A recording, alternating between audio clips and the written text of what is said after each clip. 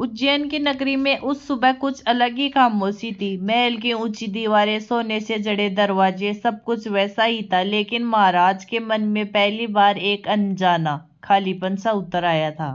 दरबार सजा हुआ था, तभी एक वृद्ध साधु, जिनकी आंखों में अजीब सी चमक थी, धीरे धीरे आगे आई। महाराज ने उन्हें आसन दिया, जल दिया, अन्न दिया।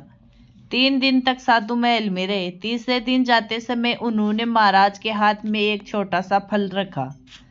साधु बोला, राजन, यह फल अमृतता देता है, इसे खाने वाले समय से परे हो जाते हैं। पूरा दरबार सन्न रह गया, लेकिन महाराज मुस्कुरा दिए। उन्होंने फल को देखा, फिर अपनी अंगुलियों में घुमाया और कहा, अगर अमृतता किसी को मिलनी चाहिए तो वह मेरी रानी पिंगला है। उस रात वह फल रानी के कक्ष में पहुंचा। रानी पिंगला ने फल को देखा, लेकिन उसकी आंखों में प्रेम नहीं, एक डर था। उसने सोचा, अगर मैं अमर हो गई और राजा बूढ़े होकर मर गए तो उसका मन राजा में नहीं अटका था, उसका दिल कहीं और धड़कता था, राज्य के सेनापति के लिए। रात के अंधेरे में उसने फल सेनापति को सौंपते हुए कहा, यह तुम्हें अमर बना देगा, ताकि तुम हमेशा मेरे साथ रहो। सेनापति ने फल लिया, लेकिन उसके चेहरे पर भी वही झिझक थी। सेनापति जानता था वह रानी से नहीं, बल्कि नगर के बाहर रहने वाली एक साधारण नर वधू से प्रेम करता है। उन्होंने खुद कहा, अगर कोई अमर होना चाहिए तो वह जिसने मुझे बिना स्वार्थ अपनाया।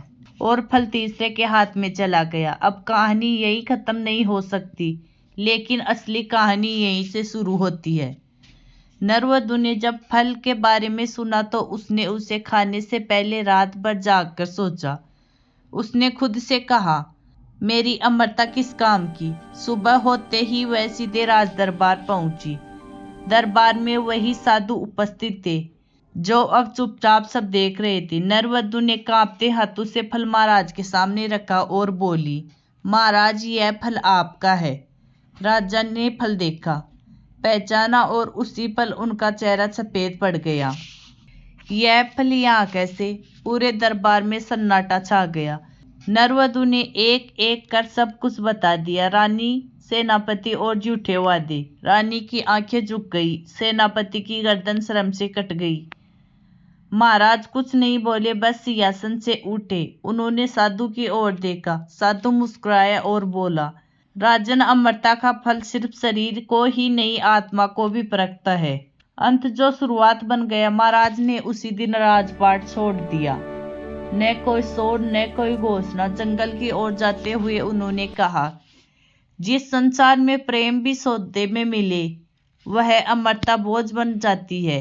वर्षों बाद वही राजा एक सन्यासी बनकर वैराग्य सत्य लिखते हैं और हमें सिखाते हैं, जिसे तुम अपना समझते हो वह शायद तुम्हारा नहीं। जो कोई नहीं बदलता वही ईश्वर है। आपकी क्या राय है? कमेंट बॉक्स में जरूर दे। साथ ही चैनल को लाइक व सब्सक्राइब करिए।